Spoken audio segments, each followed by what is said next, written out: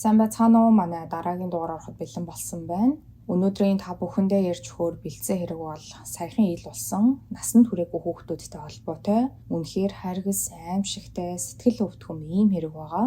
Бичлэгээ эхлэхээс өмнө анхааруулга болгож хэлэхэд дотор эвгүүцүүлэн маш муухай зүйлс энэ хэрэг дээр яригдах байгаа шүү. За ингээд шууд бичлэгээ эхэлцгээе.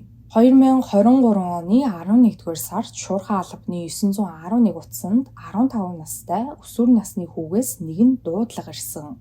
За энэхүү дуудлага нь яг ямар учиртай дуудлага байсан бэ гэхээр тэрхүү 15 настай хүү өөрийн амь насыг хөнөөхөөр төлөвлөж байгаа талаараа 911-ийн операторт хэлж маш их стресстэй сэтгэлээр унаж байгаа талаараа операторт ярьсан ийм дуудлага байсан. Хүүгийн хэлснээр бол тэрээр ээжийнхээ уудаг эмнүүдээс нь нууцаар аваад их хэмжээгээр ууж өөрийн амь насыг хөнөөхөөр төлөвлөж байгаа. Тиймээс хүүтэй ярилцж исэн 911-ийн оператор хүүг тайвшруулахаар оролдож түүнтэй нэлээд удаан хугацааны туршид ярилцсан бөгөөд ингэж ярилцж байгаа хоорондоо хүүг хаана амьдардаг, хин хинтэйгээ хамт амьдардаг гэд хувийн мэдээллүүдийг нь ч мөн аваад амьдсан. Ингээд хүүг өөртөө аюул учруулж магадгүй хэмээн сэрэмжилсэн 911-ийн оператор дуудлага өгсөн өсвөр насны хүүгийн талаар цааш нь мэдээлэлж үүнийхэн дагуу цагдаагийн ажилтнууд болон хүүхэд хамгааллын ажилтнууд тэрхүү хүүгийн асран хамгаалагчтай уулзахаар гэрийнх нь хаягаар явж утсан. За 911 утсанд дуудлага өгсөн энэхүү 15 настай өсвөр насны хүн өргөж авсан ээж нь болох 63 настай Авенте Девин болон бусад өргөмөл ах эгч дүү нарынхаа хамтаар амьдардаг. 63 настай Авенте Девин нь өөрөө төрсэн ганц охинтой, үүнээс гадна нийтдээ 5 хүүхэд өргөж авсан бөгөөд хүүхдүүдийнхээ хамтаар 2015 оноос эхлүүлэн Норт Каролинад амьдарч эхэлсэн ийм эмэгтэй байдаг. Ингээд цагдаагийн ажилтнууд болон хүүхэд хамгааллын ажилтнууд Авентегийн гэрт очин хамгийн эхлээд Авентетай уулзаж 15 настай хүүгийнхэн талаар ярилцаж эхэлсэн. Хүүхэд хамгааллын ажилтнуудыг Авентегийн гэрт очих үед 3 хүүхэд нь гэртээ байсан. Харин бусд нь гадуур гараад гэртээ байхгүй байж таарсан. За харин Шуурхай албаны утсанд дуудлага өгсөн 15 настай хүүгийн талаар хувийн мэдээлэл нь бол олон нийтэд огт цацагдаагүй. Гэхдээ хүүгийн хувьд сэтгцийн бага зэргийн өөрчлөлттэй байнгын сэтгцийн эмнэлгийн хараа хяналтанд ор байдаг ийм хүү байсан. Ингээд Авентетай уулзаж ярилцсныхаа дараа хүүхэд хамгааллын ажилтнууд дуудлага өгсөн 15 настай хүүтэй ч мөн уулзаж ярилцсан ба энэ үед хүүхэд хамгааллын ажилтнуудад нэгэн хачирхалтай зүйлийг хэлсэн байдаг. Тэрээр хэлэхдээ надад Блэк Девин гэдэг ах байдаг. Би түүнийг хараагүй бараг 5 жил болж байгаа байх. Сүүлд харахад гараа хугалчихсан байсан. Одоо гэхдээ үхчихсэн гэх хачирхалтай зүйлсийг хэлсэн. Мэдээж хүү сэтгцийн хувьд жоохон асуудалтай тул хүүгийн ярьсан зүйлд хүүхэд хамгааллын ажилтнууд эргэлзэх нь бол ойлгомжтой. Тиймээс хүүг яг юуны талаар яриад байгааг ээж Авентегаас нь лавлан асуусан байдаг. Хүүгийн яриад байгаа Блэк Девин гэх тэрхүү ахыг нь Авенте 2013 онд өргөж авсан 16 настай мөн л өсвөр насны хүүхэд. Хүүхэд хамгааллын ажилтнууд Авентегээс Блэкийг хаана байгааг асуухад Блэк энэ үед гэртээ байж исэн бөгөөд хүүхэд хамгааллын ажилтнууд Блэктэй өөртөө уулзаж бүх зүйл зүгээр байгаа эсэхийг асуухад Блэкч хүүхэд хамгааллын ажилтнуудад бүх зүйл хэвийн сайн байгаа хэмээн хариулсан байдаг. Цаашлаад өөр нэг хачирхалтай зүйл нь гэвэл Авентегийн бүх хүүхдүүд сургуульд явдаггүй, хоумскулд буюу гэртээ гэрээрээ бүх хичээлээ үздэг. Үүнээс гадна цагдаагийн ажилтнууд болон хүүхэд хамгааллын ажилтнууд Авентегийн гэрт явж орох үед тэдэнд шууд л нэг тийм онцгой сэтгэл төрсөн. Авентегийн гэрээс нь өмхөн үнэртэйд угааж цэвэрлээгүй аяг шанаг эн тентгүй хөвлөрөөд маш эмх замбраагүй хүн амьдрахад за тэр тусмаа хүүхдүүд амьдрахад хизээж таатай байхааргүй тийм орчин тэднийг ухтаа авсан. Энэ нь мэдээж хүүхэд хамгааллын ажилтнуудад Авенте болон Авентегийн хүүхдүүдийг ер нь л эргэж тойрч хүүхдүүд яг аюулгүй орчинд амьдарч байгаа эсэхийг шалгах хэрэгтэй юм байна гэсэн мессежийг өгсөн. За ингээд хүүхэд хамгааллын ажилтнууд болон цагдаагийн ажилтнууд Авенте болон Авентегийн хүүхдүүдтэй уулзаж ярилцсанаас хойш 2 сарын хугацаа өнгөрч энэ хооронд ямар нэгэн сэжигтэй зүйл бол тохиолдоогүй байдаг. Гэтэл 2024 оны 1-р сард Шуурхай албаны 911 утсанд Авентегаас өөрөөс нь дуудлага ирсэн. Авенте 911-т өгсөн энэхүү дуудлагандаа хэлэхдээ Блэк Девин гэх нэртэй 17 настай хүү маань алга болчихлоо. Хүүг маань олоход туслаач хэмээн хэлсэн. 911 оператор Авантегээс хүүн яг хизээ алга болсон талаар асуухад Аванте алга болоод 1 жил орчим болж байна хэмээн хариулсан байдаг. За энэ үед оператор мэдээж Авантегийн хэлсэн зүйлд нэлээд гайхшран Авантегээс яг хизээ ямар байдлаар хүүн алга болсон талаар лавшруулан асуухад Аванте хэлэхдээ хүү маань одоо 17 настай. Алга болох үедээ 16 настай байсан. Тэр өөрөө их хэрсүү, бие даасан хүүхэд. Бас буддын шашинтай. Ер нь л бясалгал хийнгээд байн алга болчихдог юм. 2022 оны талархлын баярын үеэр бясалгал хийнгээд гэрээсээ явсан. Одоо хүртэл гэртээ эргэж ирээгүй байна хэмээн хэлсэн. Оператор Авантегаас Блэкийг хамгийн сүүлд хаана харсныг нь асуухад Аванте би хамгийн сүүлд Блэкийг гэрээ маань ойролцоо байдаг Walmart дэлгүүрт харсан. Түүнээс хойш дахиж хараагүй. Гэхдээ Walmart дэлгүүрийн тэрхүү салбар нь одоо бол хаагдчихсан хэмээн хариулсан байдаг. За ингээд энэхүү дуудлагын дараа алга болсон 17 настай Блэк Девин гэх хүүг эрен хайх үйл ажиллагаа эхэлсэн.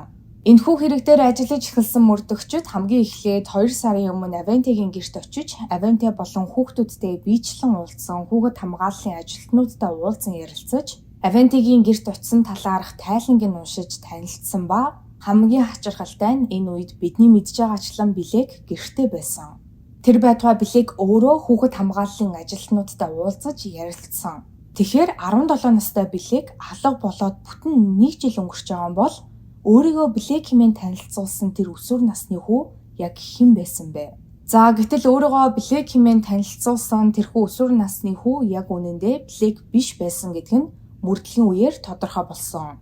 Тэгэхээр яг юу болсон бэ гэхээр Авантегийн хүүхдүүдийн нэг нь 911 рүү дуудлага өгч өөрийн амь насыг хөнөөхөөр төлөвлөж байгаа талаараа ярьсны дараа хүүхэд хамгааллын ажилтнууд Авантетэй холбогдсон гэрт нь очиж өөртөө болон хүүхдүүдтэй нь биечлэн уулзах хүсэлтэй байгаа талаараа Авантед мэдэгдсэн.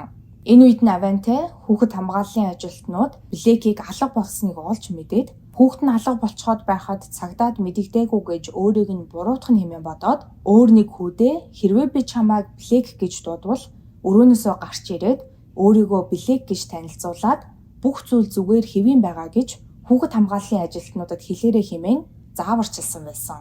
Мөрдөгчид Авантегээс яг яагаад хүүхэд нь гэрээсээ явж алга болоод бүтэн 1 жил өнгөрчихсөн байхад цагдаад мэдэгдээгүй. За бүр цаашлаад хүүхдээ ор сургаггүй алга болсон гэдгийг нуухын тулд цагдаагийн ажилтнууд болон хүүхэд хамгааллын ажилтнуудад худлаа ярьсныг нь асуухад Аванте хэлэхдээ манай хүүхдүүд бүгдээрээ өсвөр насны хүүхдүүд. Тэд бүгдээрээ маш бие даасгаасан, дээрэс нь өөрсдийн дураараа ашиглацгаадаг хүүхдүүд тул гэрээсээ явж хэд хоногоор бүр хэдэн сараар алга болж байгаад буцаад гэртээ ирэх нь хэвэн л нэг үзэгдэл. Тиймээс би хүүхдүүдэд асуудалд оруулахыг хүсээгүй юм гэсэн утгагүй хариултыг мөрдөгчдөд хэлсэн байдаг. За бүр цаашлаад мөрдөгчдийг Авантегийн гэрт очих үед өөрийгөө Блэк хэмээн хүүхэд хамгааллын ажилтнуудад хэлсэн өсвөр насны хүн мөн л гэрээсээ зүхтаад алга болчихсон. Бүр алга болоод айл хэдийн 1 сар өнгөрчихсөн байсан.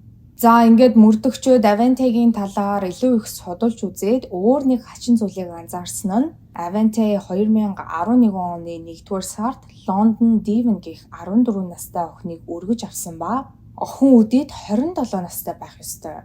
Гэтэл тэрхүү охины талаар ямар ч мэдээлэл байхгүй, хаана байгааг нь мэддэхгүй, усан тайсан чулуу шиг алга болчихсон байсан.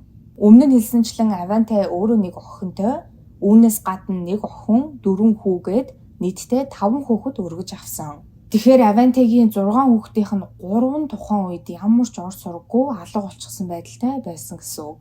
Мөрдөгчид Авантагаас 27 настай Лондон Девинийг хаана байгаа талаар асуухад Аванте хэлэхдээ Лондон аль хэдийн нас биеийн төрчихсөн 27 настай. Бүр олон жилийн өмнө гэрээсээ яваад гэртээ буцаж ирээгүй. Хаана байгааг нь бол би огт мэдэхгүй байна хэмээн хариулсан байдаг. За ингээд 3 хүүхэд ямар ч ор сургаггүй алга болсон энэхүү хэрэгээс болж мөрдөгчд бүр төөрөгдөлд орж эхлээд байх үед Авантегийн хамгийн сүүлд алга болсон өөрийгөө Блэк хэмээн хүүхэд хамгааллын ажилтнуудад танилцуулсан хүү ашгүй нэгэн хаана байгаа гэдг нь тогтоогдсон. Ингээд мөрдөгчд хүүг олж очин цагдаагийн хэлцээр авчирч түүнээс мэдүүлэг авч эхэлсэн бөгөөд яг энэ үед Авантегийн гэрт болж исэн бүхэл аимшигтай зүйлс ил болсон байдаг. За тэгэхээр Авантегийн хүүхдүүдэд яг юу болсон бэ? Гэрээсээ цугцсан байсан хүүгийн мөрдөгчдөд өгсөн мэдүүлгийн дагуу бол Аванте өргөж авсан 5 хүүхэд байтугай өөрийнхөө охиныг хүртэл аимшигтайгаар хүчирхийлж гэрт нь байгаа бүх хүүхдүүдийг хүчирхийлэл донд амьдруулсаар ирсэн. Авантегийн 6 хүүхэд бүгдээрээ нэг жижигхэн харанхуй өрөөнд хоригддаг байсан ба дураараа угаалгын өрөө орох, гал тогооноос хоол авч идэх, өрөөнөөсөө гарах бүрэн хориотой. Аванте хүүхдүүдэд бүгдд нь нэг жижигхэн уут өгчөгдөг байсан бөгөөд хүүхдүүд тэр уутаа өрөөндөө тавиад зөвхөн тэндэл хүнд болон хөнгөнөөр бие засдаг. Тэрхүү уутаа 7 хоногт нэг л удаа солих боломжтой. Цаашлаад угаалгын өрөө орж усанд орох, гар нүрээ угаах зэрэг нь мөн л хориотой байсан. Хэрвээ хүүхдүүд угаалгын өрөөнд ус гоожуулж агаад Авантед баригдах юм бол хүүхдүүдийн хинэнч байсан хамаагүй Аванте үснээс нь зулгааж агаад толгоогоор нь усанд дүрж амьсгалыг нь богоод нэмээд бүр зоддог байсан. Мэдээж хүүхдүүд гал тогооноос зөвшөөрлөхгүйгээр хоол авч идэх мөн л хориотой. Хоол идэхийн тулд хүүхдүүд бүгдээрээ Авантед зориулж өдөр болгон хэдэн 10 хуудас захиа бичих ёстой байдаг байсан ба ямар ч буруу муу зүйл хийгээгүй байсан ч заавал өөрөөсөө буруу муу зүйлсийг хайж олоод түүнийхээ төлөө Авантегаас уучлалтгүй захиа бичих ёстой. Ингэж захиагаа бичин дуусгасан хүүхдүүд Авантегийн хуваарлаж өгсөн багахан хоолыг идэх зөвшөөрлийг авдаг байсан. Цаашлаад Аванте ямар ч шалтгаангүйгээр өөрийнхөө сэтгэл санааны байдлаас шалтгаалan хүүхдүүдийг нэгээр нь харанхуй өрөөнөөс нь гаргаж ирэн зоддог байсан бөгөөд гартаа таарлсан зүйлийг юу ч байсан хамаагүй барьж аваад хүүхдүүдийг толгой түрүүгүй хаа сайгүй зодож дарамталдаг байсан. Ингээд өдөр бүр давтагддаг Авантегийн энэхүү аимшигт хүчирхийлэлд өртөж, хоол унтчихгүй өдөржин харанхуй өрөөнд хоригдож, байнгын Авантед зодуулж исэн Блэк Девин хүү жилийн өмнө ор сургаггүй алга болох биш. Харин ч эсэргээрээ бүр дөнгөж 10 настай байх үедээ буюу 2017 онд 7 жилийн өмнө амь насаа алдсан байсан. Тухайн үед яг юу болсон бэ гэхээр Аванте Блэкийг зодон 10хан настай хүүг хөдөлж чадахгүй болох хүртэл аимшигтайгаар хүчирхийлж авах үед бусад хүүхдүүд бүгдээрээ болж буй бүх зүйлсийг хараад зогсож байсан.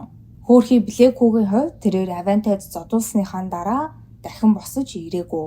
Хэдэн өдрийн турш газар твцсэн байдалтай дөнгөж амьсгалах төдийл амьсгаатай байсан.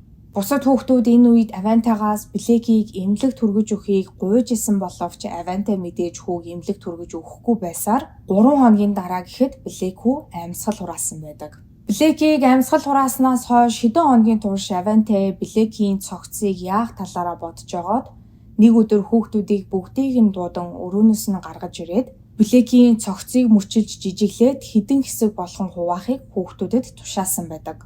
Ингээд Авантегаас маш ихээр айдаг хөөрхий хүүхдүүдэд ямар ч сонголт үлдээгүй. Бүгдээрээ нийлж байгаад Блэкийн цогцыг хэдэн хэсэг болгон хувааж, харин дараа нь Блэкийн цогцыг арт талын цэцэрлэгтээ шатаахад нь Авантед тусалцгаасан. За Блэкийн цогцыг яг юунд шатаасан бэ гэхээр хүмүүс хогоо шатаахтаа ашигладаг зориулалтын төмөрн торох шиг зүйл байдаг. Тэрхүү хог шатаахад ашигладаг төмөр торохыг ашиглан Блэкийн цогцыг шатаагаад шатахгүй үлдсэн хэсгүүдийг нь төмөр торохтой хамт арт талын цэцэрлэгтээ булцгаасан байдаг. За энэ аимшигтай зүйлс болж өнгөрснөөс хэдхэн хоногийн дараа цагдаагийн ажилтнуудад мэдүүлэг өгч байгаа хүү Авантегийн гэрээс ганцаараа зугтсан. Ингээд хүү зугтснаас хойш 2 жилийн турш Авантегийн гэрт буцаж очиагүй бөгөөд ах эгч дүүнэр нь хэрхэн амьдарч байгааг харахаар 2 жилийн дараа Аванте дээр буцаж очисон. Гэтэл хүүг Авантегийн гэрт буцаж ирэхэд өөртөө найдал өргөмөл эгчин болох 19 настай Лондон Девин хайцсан гэдгийг мэддэхгүй алга болчихсон байсан. Хүү Авантегаас Лондоныг хаана байгаа гэдгийг асуусан боловч Аванте хүүд Лондон сэтгцэн эмнэлэг твтэн эмчлүүлж байгаа хэмээн хэлсэн байдаг. Хэдийгээр энэ үед Лондон 18 нас хүрээд насанд хүрчихсэн байсан хэдийч Лондон багаасаа л хөгжлийн бэрхшээлтэй байсан. Тийм болохоор Лондоныг насанд хүрсэн ч гэсэн Аванте түүний албан ёсны асран хамгаалагч хിവэрэл байсан гэсэн үг. Ингээд хүү ихчээгаа сэтгцэн эмнэлэг твтэн эмчлүүлж байгаа гэд бодоод явж итэл маргааш нь Аванте хүүхдүүдийг өрөөнөөс нь дуудан гаргаж ирээд Лондоныг нас бараад хэдэн өдөр өнгөрч байгаа талаар бүгдд нь хэлсэн байдаг. Аванте тэдэнд хэлэхдээ Лондон гинтгэл татаж унаад тэр чигтээ амьсгал хураасан хэмээн хэлсэн ба цагдаагийнхныг олж мэдхээс өмнө Лондонгийн цогцыг нуух хэрэгтэй байна хэмээн хэлсэн байдаг. За мэдээж энэ үед нь хүүхдүүд бүгдээрээ дор бүрний гашуудан ихчийгээ алдсандаа харамсан уйлж исэн ба Аванте туслахыг хүсэхгүй байгаа гэдгээ илэрхийлцгээж байсан. Гэхдээ мэдээж хүүхдүүд бүгдээрээ Авантайгаас маш ихээр айдаг тул энэ удаад ч гэсэн тэдэнд өөр сонголт үлдээгүй. Ингээд хүүхдүүд Авантайтай нийлэн Лондонгийн цогцыг Блэкийн цогцны нэгэн адилаар хэдийн хэсэг болгон хуваагаад Блэкийн төмөр торхонд айл хэдийн шатаад булуулчихсан байсан цогцыг буцаан гаргаж ирээд дээрэс нь Лондонгийн цогцыг дахин хамттан шатаагаад буцаагаад газарт булсан. Үүнийхэн дараа Авантайгийн зааварчилгааны дагуу бүгдээрээ гэрийнхэн хааныг дахин будаж гэрт нь байсан хэвснүүдээ гаргаж хаяан гэрийнхэн шалыг хүртэл сольсон байдаг. Ингэснээр Блэк Лондон хоёрын амь насаа алдсан гих бүх нотлох баримтуудыг устгасан гэсэн үг. За энэ явдлын дараа цагдаагийн ажилтнуудад мэдүүлэг өгч байгаа хүү дахин гэрээсээ зугтсан ба ер нь сүүлийн 4 жилийн турш хаяа Авантай дээр очиж бусад хүүхдүүд ямар байдалтай байгааг харчаад удалгүй дахиад л зугтаад явчихдаг байсан. Ингэж явсаар хүү хамгийн сүүлд 2023 оны сүүлээр Авантайгийн гэрт бусад хүүхдүүдтэй уулзахаар ирэх үед Авантай хүүг гэртээ үлдэж хүүхэд хамгааллын ажилтнууд гэрт нь ирэх үед Блэкийн дүрд тоглохыг шаардсан. Харин энэ үед нь хүү Авантайг шууд эсэргүүцсэн. Авантай ч өсвөр насны хүүг хүчээр барьж хорж дийлэхгүй гэдгээ мэдчихсэн тул энэ удаад түүнийг сүрдүүлж эхэлсэн байдаг. Авантай хүүд хандан хэрвээ чи энд үлдэж надад туслахгүй бол цагдаагийн ажилтнууд Блэк болон Лондонгийн талаар бүгдийг нь олж мэднэ. Чи одоо насанд хүрэх төхөж байгаа. Хэрэг хүлээх бүрэн чадамжтай. Бас Блэк Лондон хоёрыг мөчилж цогцыг нь шатаахад бусад хүүхдүүдээс илүүтэйгээр чи хамгийн ихээр гар бие оролцсон. Тийм болохоор чиж бас надтай яг адилхан шийтгүүлнэ гэх мэтээр хүүг сүрдүүлж эхэлсэн. Ингээд хүү Авантайгийн сүрдүүлэхэд автан хүүхэд хамгааллын ажилтнууд Авантайгийн гэрт ирэх үед тэдэнд өөрийгөө Блэк хэмээн хэлсэн байдаг. За ингээд хүүгээ өгсөн энэхүү аимшигтай мэдүүллийн дагуу 2024 оны 4-р сарын 12-нд мөрдөгчөд хамгийн эхлээд Авантайгийн гэрийн ард талын цэцэрлэгийг ухаж газарт булсан байсан төмөр торхыг гаргаж авсан ба үнэхээр л тэрхүү торхонд хүний шатсан цогц байгаа нь олдсон. Мөрдөгчөд тэрхүү төмөр торхтой шатсан цогцыг шүүх эмнэлэг рүү илгээн ДНХ-ийн шинжилгээ хийлгэсэн ба төмөр торхонд 8-аас 10 насны эрэгтэй хүүхэд болон 17-оос 19 насны эмэгтэй хүний нийт 2 цогц байгаа гэдг нь шинжилгээний хариугаар батлагдсан байдаг. За ингээд Блэк Лондон хоёрын цогц олдсон даруйд 63 настай Авантай 2 удаагийн урдаас төлөвлөсөн хүн амны гэмт хэрэг болон 2 удаагийн цогцтой зөв бусаар харьцсан мөн удаа дараа хүүхдийн хүчирхийлэл үйлдсэн гэмт хэрэгүүдэд буруутай хэмээн баривчлагдсан. Гэхдээ одоогоор түүний шүүх хурал нь хизээ эхлэх тодорхой тов нь хараахан гараагүй байгаа. Авантайгийн шүүх хурал албан ёсоор эхлэх үед өшөө илүү олон зүйлс тодорхой болох байх. Яг яагаад хүүхэд хамгааллын газраас Авантайг анхнаасаа 5 хүүхэд өргөж авахыг зөвшөөрсөн? Яагаад хүүхдүүдийг өргөж авсны дараа хүүхэд хамгааллын газраас нэг ч удаа хүүхдүүдийг эсэн мэнд эрүүл аюулгүй орчинд өсөж торнож байгаа эсхийг шалгаж үзээгүй вэ гэд маш олон асуултууд гарч ирж байгаа. Гэхдээ ер нь бол шинжээчдийн үзэж байгаагаар Авантай 5 хүүхэд өргөж авах болсон гол шалтгаан нь бол түүний санхүүтэй шууд холбоотой. Гэр бүлүүд foster home болох аль эсвэл хүүхэд өргөж авахад улсаас өргөж авсан эцэг эхт нь сар бүр мөнгөнд итгэмж олгодог. Тэгэхээр Авантай 5 хүүхдийн мөнгөнд итгэмжийг сар бүр улсаас авч явахын тулд тэднийг өргөж аваад ийм аимшигтайгаар хүчирхийлж байсан байх өндөр магадлалтай. Авантайг хүүхдүүдийг мөнгөний төлөө өргөж авсан байх боломжтой гэдгийг харуулж байгаа өөр нэг тод жишээ нь бол Авантайгийн ээж 95 настай Леони Максвелл 2023 оны 11-р сард биеийн гинт муудан эмнэлэгт хүргэгдсэн. Ингээд Леони эмнэлэгт хэвтэн эмчлүүлж байх зуур Авантай хөөцөлдсөөр байгаад 2024 оны 2-р сард ээжигээ эмнэлгээс гарган өөрийн асрамжинд авсан байдаг. Леонигийн бие тухайн үед маш муу, байнгын хасрамжинд байх хэрэгтэй байсан ба эмнэлгээс байнга Авантай руу залгаж Леонигийн биеийн байдлыг асууж харин Авантай эмнэлгээс ирсэн дуудлага бүрт хариулж авах үүрэгтэй байсан. Гэтэл Авантай эхний хэдэн хоног л уртсандаа хариулж агаад сүүлдээ эмнэлгээс Авантай руу Леонигийн биеийн байдлыг шалгахаар залгах үед утсаа авахаа болчихсон. Ингээд эмнэлгийн ажилтнууд болон цагдаагийн офицерууд Леонигийн биеийн байдлыг шалгахаар гэрт нь ирэх үед Леони хоолт жилийн болон шингэний дутагдлалд орчихсон, нуруунд цоорсон байдалтай Авантайгийн гэрт байж байсан. Тэгэхээр Авантай ээжигээ эмнэлгээс гаргаж авсныхаа дараа түүнийг огтхон ч асран халамжлаагүй, эмчийн бичиж өгсөн эм бэлтгэлийг нь шуулгаагүй, бүр хоол хүнсний болон шингэний дутагдлалд оруулчихсан байсан. Леони Авенте дээр ирэхдээ дансандаа $15,000 байсан юм байлээ. Авентигийн ээжигээ өөр дээрээ авч ирснээс хойш хийсэн ганцхан зүйл нь бол ердөө л дансанд нь байсан мөнгийг нь өрөх. Шинжээчдийн үзэж байгаагаар бол Авенти тухайн үед ээжигээ өгөхийг нь хүлээж исэн бөгөөд өгсөн хойно нь байшин савгээд эд хөрөнгийг нь өөр дээрээ авах төлөвлөгөөтэй байсан.